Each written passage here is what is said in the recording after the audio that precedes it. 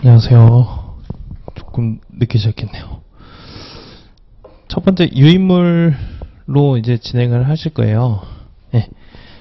그래서 대부분은 그냥 유인물 보시면은 대부분 내용이 다 들어가 있을 거고, 책에 없던 내용들 좀 추가한 내용도 있습니다. 그래서 그런 거 좀 잘 체크하셔가지고 공부하시면 되겠습니다. 네. 첫 번째로는 부가치세 과세 유형이랑 과세 방법, 이게 있었죠. 네. 그래서 첫 번째 과세 범위에 따라서 유형을 나눈다. 요거는 이제 그 자본재를 공제를 하느냐 안 하느냐 이런 차이가 있었고, 그럼 자본재를 얼마큼 공제를 하느냐라는 차이가 있었죠. 그래서 요 같은 경우에는 감가상각비 같은 경우에는 그 회계학에서 이제 배우셨겠지만 요 자본재 구입액의 내용 연수 나는 거 로 이렇게 생각을 하시면 되는 거죠. 감가상각비의 자본재 구입액의 내용 연수 나누는 만큼 이제 감가상각비가 되는 거고, 그렇기 때문에 특징으로 보자면 이 총생산량은 아예 이제 자본재 구입액에 대해서도 공제를 하지 않기 때문에 제일 부가가치세를 많이 내도록 하는 제도인 거고, 이 말인즉슨 이 감가상각비가 들어가 있잖아요. 요 말인즉슨 이제 자본재에 대해서 과세를 한다는 거죠. 이런 말이 되는 거였죠. 그래서 총생산량은 자본재에 대해서 과세를 하는, 자본재를 공제하지 않는 제도인 거고, 소득형은 여기에 대해서 이제 내용 연수만큼 공제를 해주는 거고, 소비형은 처음에 이제 구입한 만큼 그대로 다 반영을 해주는 거죠. 구입한 만큼. 그래서 과세 범위로 치자면 총생산형이 제일 큰 거죠. 이렇게 과세 범위가 제일 큰 게 되겠습니다. 그리고 요 중간재 구입액이랑 용어를 좀 혼동을 하시면 안 되는 거죠. 자본재 구입액이랑. 그래서 혹시라도 중간재 구입액에 대해서 뭐 공제를 한다 이렇게 했는데 자본재랑 헷갈려셔가지고 그거를 틀렸다고 생각을 하시는 것도 안 되는 거고. 그리고 그 정도로 이제 정리를 하시면 되는 겁니다. 그래서 각 총생산형이랑 소득형이랑 소비형이랑 과세 범위가 어떻다, 요거를 이제 비교하시면서 받아들이시면 되는 거고, 요 용어 조심하시면 되는 겁니다. 중간재 구입액, 자본재 구입액. 그래서 요거를 바꿔내실 수 있다. 그리고 다음으로 과세 방법이 나왔죠. 과세 방법은 이제 가산법, 전단계 거래공제법, 전단계 세액공제법 이렇게 있는데, 가산법을 구할 때는 애초에 이제 요 임금, 지대, 이자, 이윤 요거를 이제 가정하고서 하는 거죠. 요거를 가정하고. 임금, 지대, 이자, 이윤 요게 이제 부가가치액이다. 가정하고서 요 두 개를 가정하고서 계산한 요 부가가치액에 대해서 먼저 얼마인지는 모르겠지만 그 각 요소별로 이제 더한 다음에 거기다가 10% 곱하는, 직접 구하는 방법이 되겠고, 그리고 전단계 거래 공제법 같은 경우에는 우리가 이제 요 부가가치세가 다단계 거세다 보니까 이런 그림을 그렸었죠.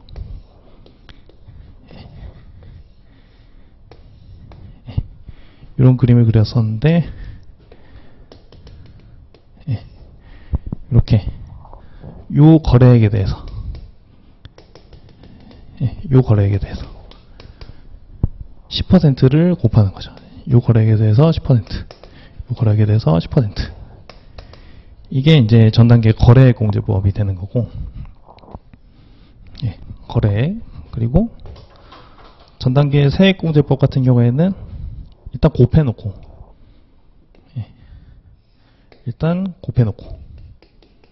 일단 곱해놓고 여기를 여기서 이제 빼는 거죠. 이만큼을 빼는 거죠. 그래서 결론은 같다. 세액공제법. 거래액이랑 세액이랑 이런 차이가 있는데 결론은 같았다 그랬고, 다만 이제 실무적으로 차이가 있다 그랬습니다. 실무적인 차이는 요 세율을 좀 달리 적용할 수가 있다. 세율을 좀 달리 적용할 수가 있다. 요거 같은 경우에 전단계 거래액공제법 같은 경우에는 그러면 세율을 달리 적용하고 싶으면 이런 식으로 뭐 나눠야 되는 거죠. 이렇게 반 갈라서 요만큼 0세율, 요만큼 10% 세율 할 수가 없으니까 전단계 세액공제법으로 하게 되면 애초에 이제 곱할 때부터 건 바이 건으로 10% 곱하거나 아니면 0% 곱하거나 이렇게 이제 할 수 있기 때문에 전단계 세액공제법이 이제 차등세율을 적용하기가 좋다. 그러니까 면세를 적용하거나 영세율을 적용하거나 이게 좋다. 그리고 두 번째로는 이게 세액을 건별로 계산하다 보니까 우리가 이제 세금계산서 상에 이렇게 적히죠. 세금계산서 하게 되면 세액이라는 게 적히잖아요. 공급가액 따로, 공급가액 따로, 세액 따로 이렇게 적히는데 이 세액을 계산함에 있어서 이제 건 바이 건으로 계산을 하기 때문에 이게 공제가 될 수 있는지 안 될 수 있는지를 이 세금계산서 각각 건별로 판단할 수 있는 거죠. 이 건 바이 건으로 공제가 될 수 있는지 안 될 수 있는지, 이거를 건별로 이렇게 판단할 수 있는 거죠. 그래서 공제를 해주고 안 해주고 이런 정책적인 측면에서도 세액을 기준으로 하는 게 더 편리하다, 라고 말씀드렸습니다. 그래서 요 세 개 간에 이제 구분을 하시는 것도 중요하긴 한데 결론적으로 문제로 봤을 때는 요 세 개를 이제 각각 구분하시는 걸 좋기도 한데 문제가 또 이렇게 나오죠. 그 과세 유형이라고 그냥 이제 문제에 나오게 되면 과세 유형이 뭐였지? 라고 생각할 수가 있어요. 과세 유형 갖다 붙여놓고 가산법, 전단계 거래공제법, 전단계 세액공제법 이렇게 붙여놓거나 아니면 이제 과세 방법 불어놓고 총생산형, 소득형, 소비형 이렇게 이제 물어보는 거죠.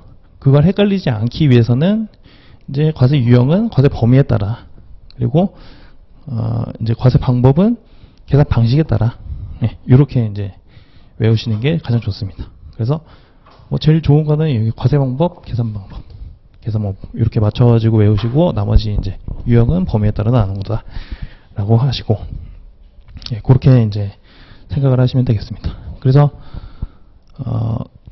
요거 각각을 구분하는 것도 좋은데 그건 당연히 아셔야 되고 과세 방법이랑 과세 유형을 바꿔서 냈을 때 헷갈리지 마셔야 된다 라고 이제 기억을 하시면 됩니다.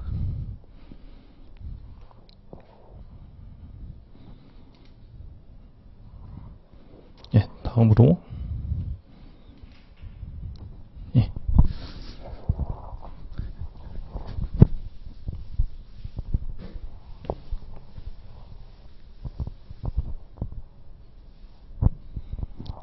이제 부가가치세는 그 소비세라 그랬죠. 소비세. 그래서 이제 여기서는 생산지국 과세원칙이라는 게 있고 소비지국 과세원칙이라는 게 있는데 소비에 대해서 과세를 하겠다. 소비에 대해서 과세를 하는 거다 보니까 소비지국 과세원칙을 따릅니다. 그러면 반대로 생산지국 과세원칙은 생산국에서 이제 과세를 하고 소비하는 국가에서는 과세를 안 하고 영세율을 적용하겠죠. 그렇게 두 개 차이를 인지하시면 되고 이 중에서 뭐 소비지국이다.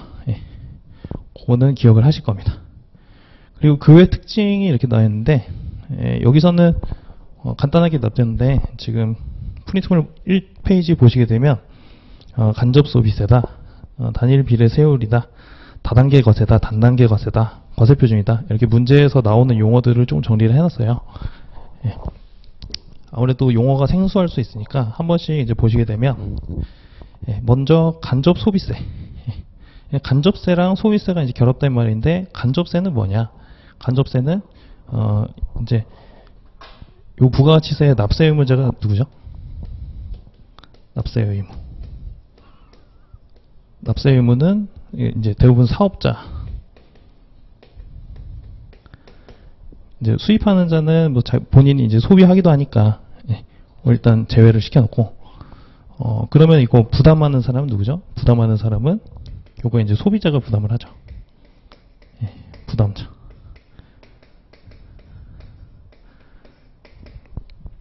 그래서 요 용어를 이제 문제에서 가끔씩 이렇게도 얘기를 합니다.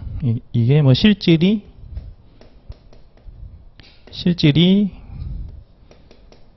소비자에게 귀속됐다. 이렇게도 얘기를 합니다. 이제 다만 요거를 좀 헷갈리시면 안 되는 게 이제 요 부가가치세도 그렇고 이제 소득세도 그렇고 법인세도 그렇고 공이 뭐 실질 과세의 원칙이라는 게 있어요. 이거는 그냥 듣고서 흘려버리시면 됩니다. 실질 과세의 원칙. 요거 지문에도 가끔씩 나오긴 해요. 예. 실질 과세의 원칙이라는 게 있는데 이게 요 내용입니다. 그냥 설명을 잠깐 드리면 A라는 이제 남편이 있고 B라는 아내가 있습니다.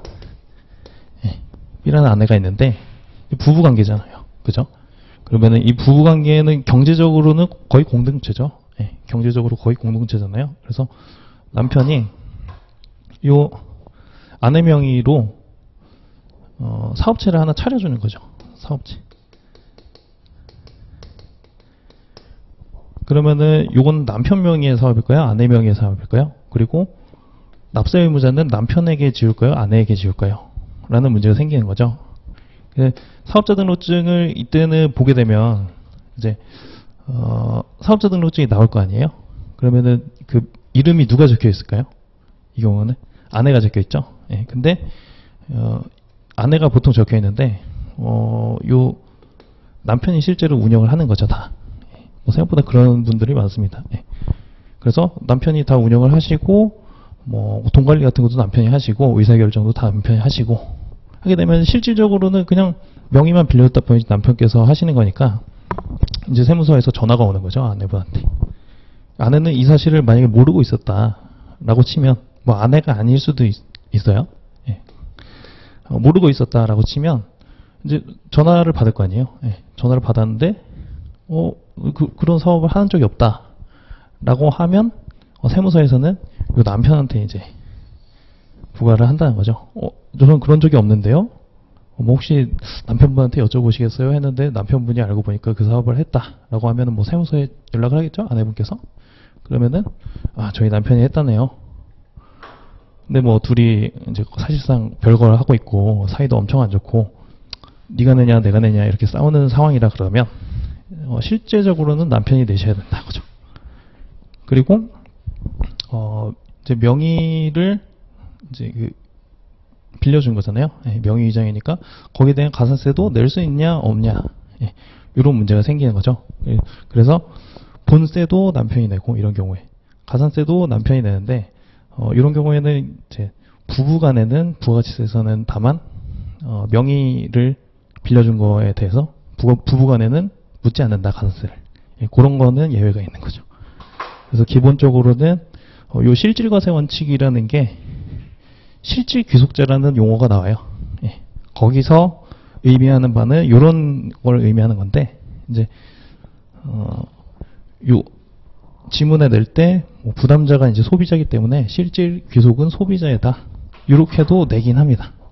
예, 정확하게는 좀 용어가 의미가 좀 다르게 해석이 될 수 있죠.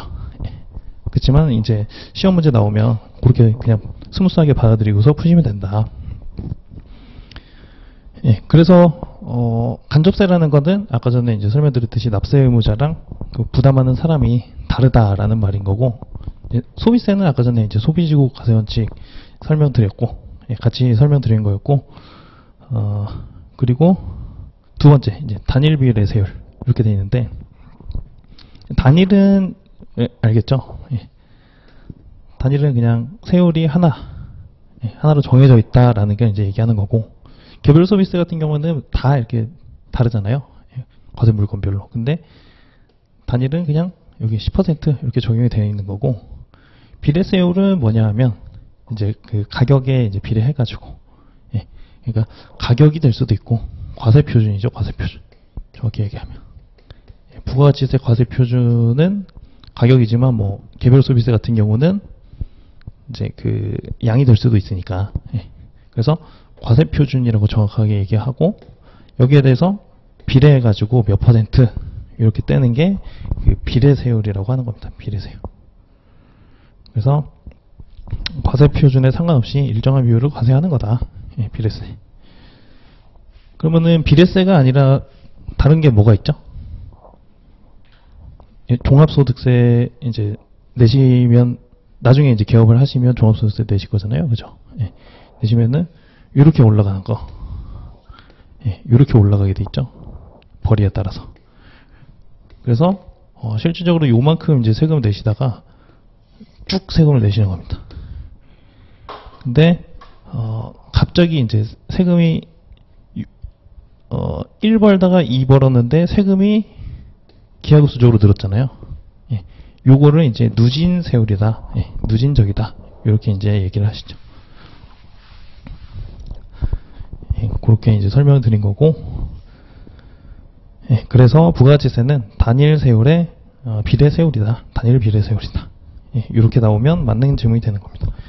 그리고 다단계 가세랑 단단계 가세는 이제 개별 소비세랑 비교해 보시면 어떤 말씀인지 아실 것 같고,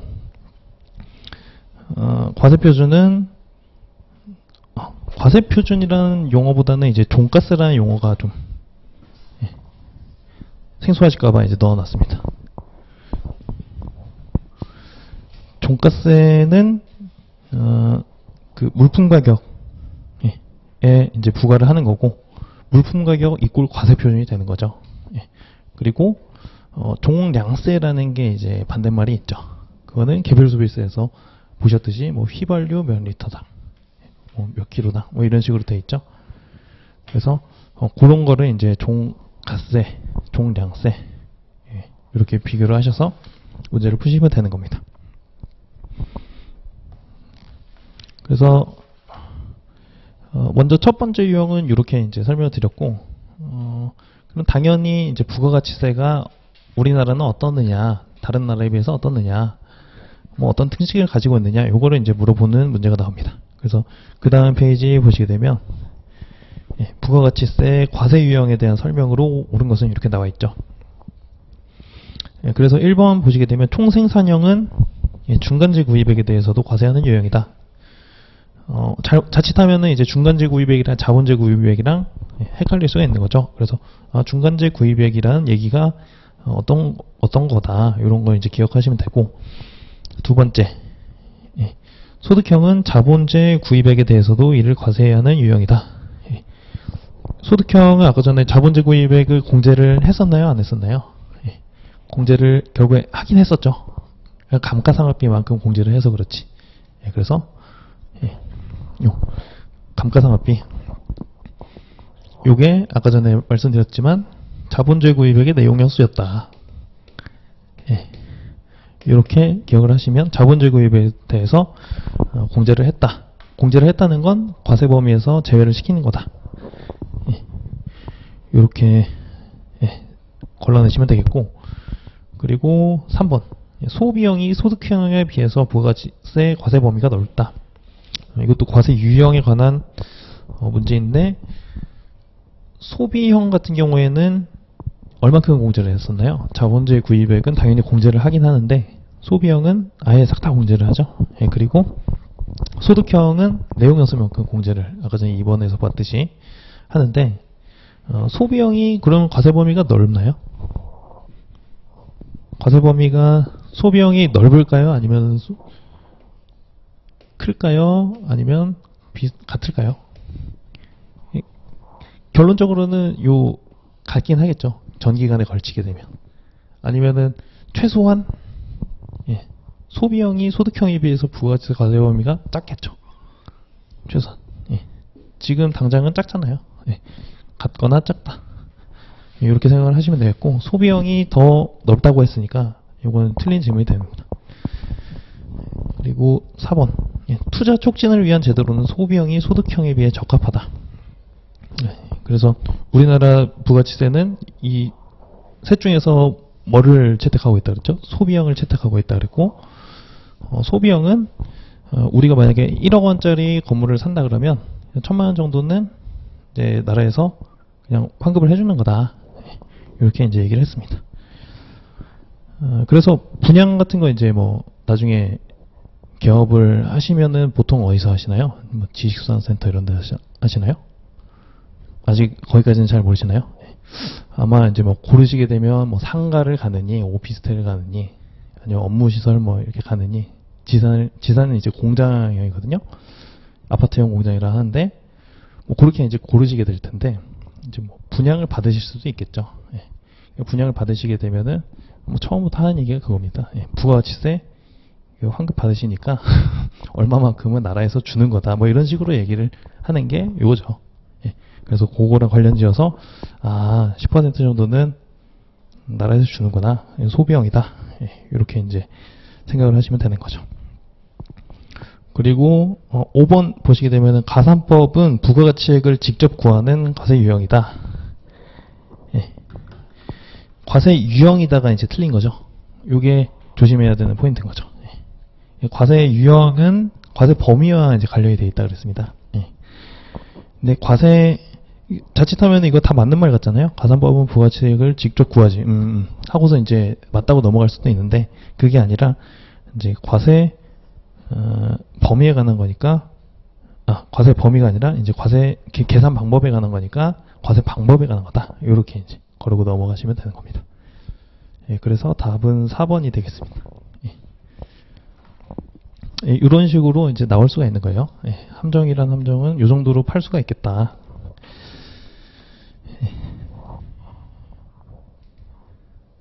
예, 그리고 다음으로 과세 대상하고 납세 의무자 이제 보시면 원래 책에 없던 거를 좀 정리를 해드렸습니다. 요거부터 나왔네요. 예, 일단은 뭐 재화 한번 복습부터 해볼까요? 예, 재화는 뭐뭐가 있다 그랬죠? 예, 물건, 권리 이렇게 있다 그랬고 물건에는 유채물, 무채물이 있다 그랬습니다. 그래서 전기 같은 경우에는 그러면 물건에 해당하나요? 예, 그죠. 예, 전기 같은 경우에는 그러면 유채물, 무채물 중에서 어디에 해당하나요? 무채물에 해당하죠. 예. 그래서 무채물에 해당하는데 정확하게는 어떤 식으로 표현이 되어 있죠? 관리할 수 있는 자연력. 예, 이렇게 되어 있습니다. 그래서 이 무채물 등 관리 수 있는 자연력은 다 되는 겁니다. 예.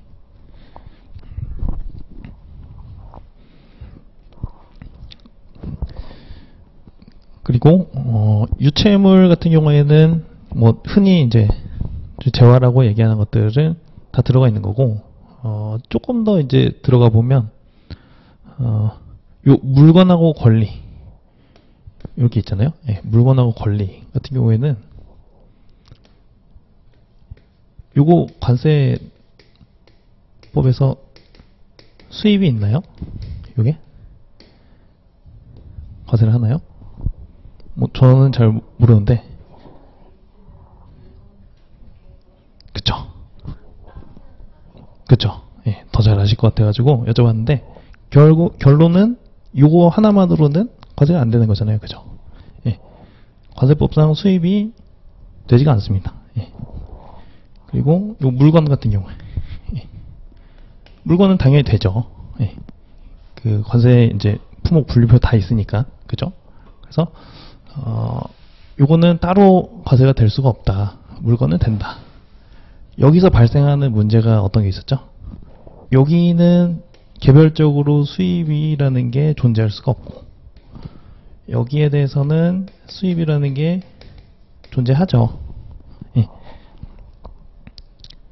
이 권리에 대해서도 근데 딱 봤을 때 이 재화의 수입에 대해서 과세하는데 이 권리라는 놈들은 과세를 할 수가 없네. 재화의 수입이라는 게 존재하는 물건의 수입은 존재하는데 이 권리의 수입이라는 게 좀 존재하기가 어렵네 라고 해서 만들어낸 게 뭐였죠? 요거는 한번 큰 틀에서 한번 떠올리셔야 됩니다. 예. 요게 이제 대리납부제도입니다. 대리납부제도 뒤에 가서 배우신 대리납부제도고 여기에 해당하는 것들은 권리도 이제 수입에 대해서 하고 싶었지만 이게 또 아쉬워서 그런지 용역도 권리 용역도 과세를 하고 싶은 거예요. 그죠? 여기에 대해서는 어떤 사람이 대리납부를 하게 돼 있죠? 예, 외국에서 이제 받는 사람, 예, 받는 사람이 과세를 받는 사람이 대신해서 징수해서 납부를 하게 돼 있고, 만약에 이 받는 사람이 국내에 있었잖아요. 국외에 있고, 예, 이렇게 이제 받아올 거 아니에요, 권리를. 이거를 이제 사업자한테 팔겠죠. 사업자한테 팔 수도 있고, 모든 건 이제 매입세 공제가 되고 안 되고 로 나뉘겠죠. 매입 공제 안 되고. 이 중에서 어느 게 과세가 됐을까요?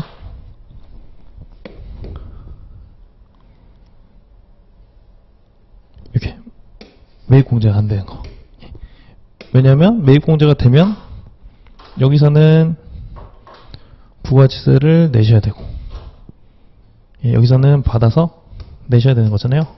이 사람은 공제 받아야 되고, 예, 그러면 똔똔이죠, 똔똔. 네, 이렇게 됐었고, 그리고 매입세 공제가 안 되면 요게 없으니까, 예, 요게 매입세 공제가 안 되면 요게 없으니까 요거는 받고 싶은 게 생기는 거잖아요. 예, 그래서 매입세 공제가 안 되는 비사업용이거나 아니면 직접 소비하거나 여기에 대해서는 대리납부 의무가 있었죠.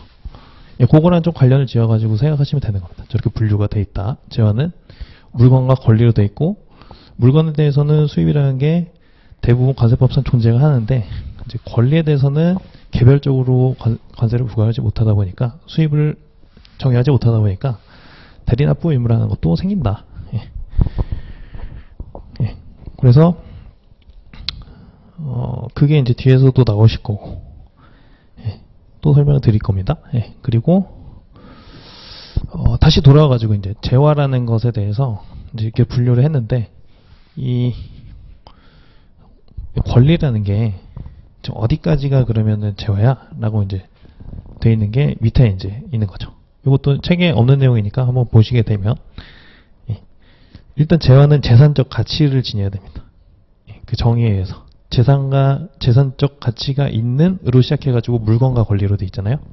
그러니까 재산적 가치가 없으면 재화가 아닙니다. 일단은. 그래서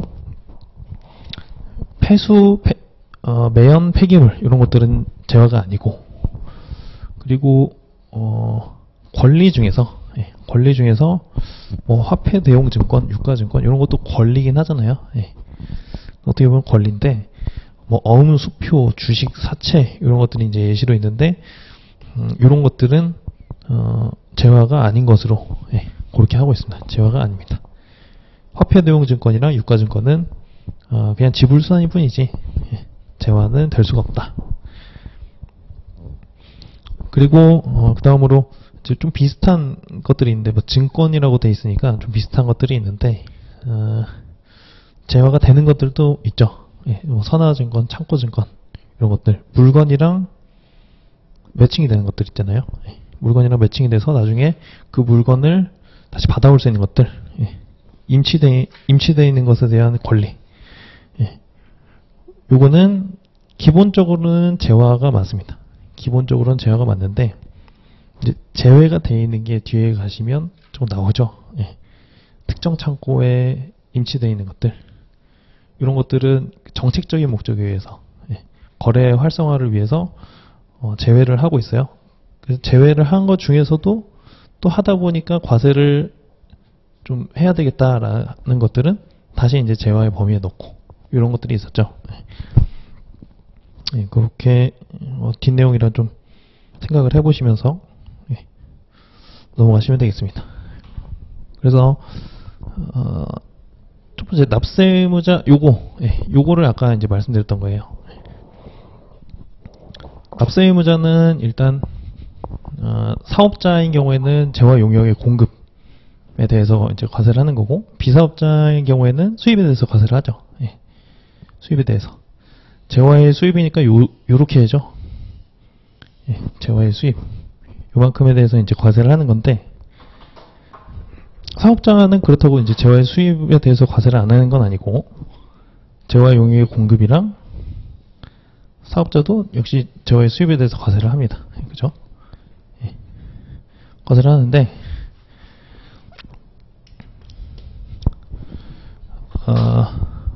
이렇게까지가 이제 원래의 과세범위예요. 그죠? 예, 이렇게까지가 원래의 과세범위인데, 이 사업자가 국외로부터 이제 공급을 받을 때, 아까 전에 말씀드렸듯이 이 권리라는 게, 예, 이 권리라는 게 수입에 의해서 이제 존재할 수가 없잖아요. 수입의 범위는 딱 여기 물건까지만 있습니다. 예, 물건까지만 있고, 수입, 이게 안 되니까, 요거를 이제 따로 넣어준 거. 요게 이제 대리납부. 예, 대리납부가 되는 거고, 예, 요거 비사업자 경우도 이제 똑같죠. 예, 비사업자 경우도 대리납부. 그래서 여기에 관해서는 아까 전에 요 하얀 면에 관해서는 아까 전에 설명드렸던 내용. 예, 설명드렸던 내용이고, 용역에 관해서, 예, 용역에 관해서 요거는 조금 그래도 아까 전에 같이 설명드렸지만 다른 논리죠. 요거는 이제 과세를 우리나라에서 할 수 있는 권한이 최소한 이 사람이 그 뭐라 그러죠? 속지주의라고 하나요? 네, 속지주의, 속인주의. 어려운 말을 이제 이렇게 쓰곤 하는데 용어 나올 수도 있으니까 문제에서, 네, 이렇게 쓰는데, 속인주의 같은 경우에는 우리나라 사람이면 과세, 이렇게죠. 속지주의는 우리나라에서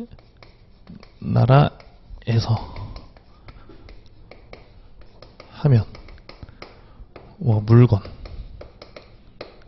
그리고 과세, 이렇게잖아요. 예. 예, 이렇게가 이제 속지주의, 속인주의의 본 뜻인데, 보시게 되면은 요 국외로부터 공급받음. 예. 용역 같은 경우에는 이게 용역의 제공 장소가 어떻게 됐었죠?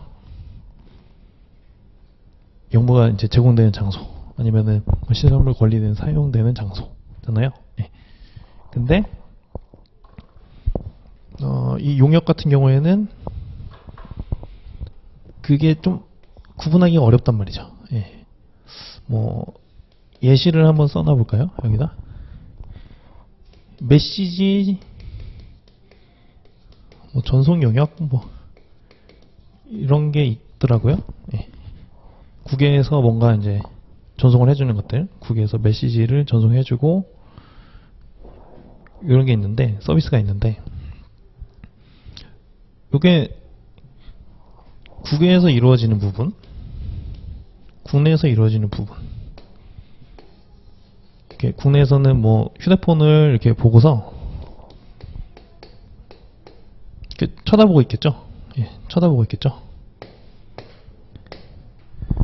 예, 이렇게 쳐다보고 있는 요 부분이랑, 아니면 열심히 컴퓨터 앞에서, 예, 컴퓨터 앞에서 요거를 클릭하는 사람이다. 예, 메시지를 보내려고 이렇게 보내는 사람이랑, 어느 게 영무의 제공 장소인가요? 영무의 제공 장소는 여긴가요? 여긴가요? 이걸로 엄청 싸움이 많았습니다. 예, 이걸로. 여기에 대해서 과세를 할 수 있냐 없냐, 과세권이 있냐 없냐, 이런 문제가 있었습니다. 생각해보면 용역 같은 경우에는 거의 다 그런 일이 비일비재하겠죠. 예, 특히나 이제 전자적으로 이렇게 방금 하신 것처럼, 보여드린 것처럼 전자적으로 이제 뭔가 용역을 제공하는 것들은 사용하는 사람 입장에서는 영무의 그 제공 장소가 국내일 것 같은데, 또 그렇지가 않죠. 공급하는 사람 입장에서는 주장해 볼 수 있겠죠. 나는 뭐 실질적으로 여기 컴퓨터 앞에 앉아서 여기서 열심히 영무를 제공해주고 있는데, 예, 라는 생각일 수 있으니까 아예 이제 여기 박아버린 겁니다. 이렇게. 요 국내에서 제공하는 걸로 하자. 예. 국내 국외 싸우지 말고, 예, 국내로 해. 예, 이렇게 공급 장소가. 그죠? 그래서 전자적 용역의 공급 장소 해가지고 이제 배우셨던 게 혹시 기억이 나실까요? 예, 그거랑 이제 관련을 지어서 보시면 되는 겁니다. 전자적 용역의 공급 장소는 공급받는 자의 사업장 소재지나 주소거소, 공급받는 장소를 이제 기준으로 하는 거죠. 예, 그리고 대리납부 같은 경우에도 공급받는 자 기준으로 하는 거고, 용역. 그래서 공급 장소를 다 국외에서 제공이 되더라도 국내로 해서 우리 과세할 수 있어. 네, 과세할 수 있어. 속지주의로 하는 거죠. 그러면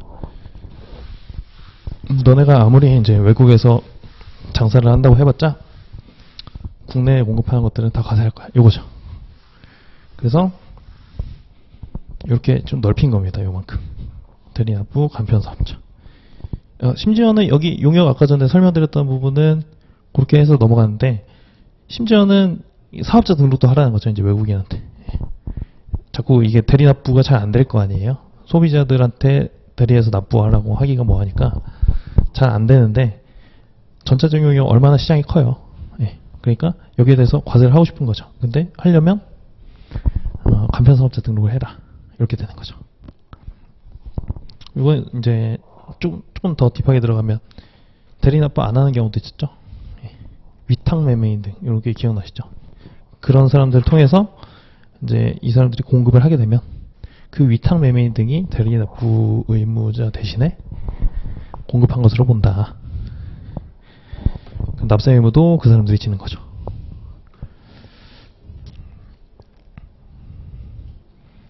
네. 그래서 이렇게 이제 정리를 해보시면 됩니다. 그래서 구체적으로는 재화는 물건 권리로 나눠져 있는데, 권리 부분이 이제 수입에 걸린다. 그리고 용역 부분도 과세를 하고 싶어 한다. 예, 이렇게 이제 정리를 하시면 되겠습니다. 큰 틀이니까 요거는 좀 기억을 잘 해주시는 게 좋아요. 예, 이거를 암기로 이제 넘어가려고 그러면 좀 힘들어지는 거죠. 이거 일일이 다 문자로 외워야 되니까. 예. 그 다음으로 용역. 예. 용역부터는 다음 시간부터 하겠습니다.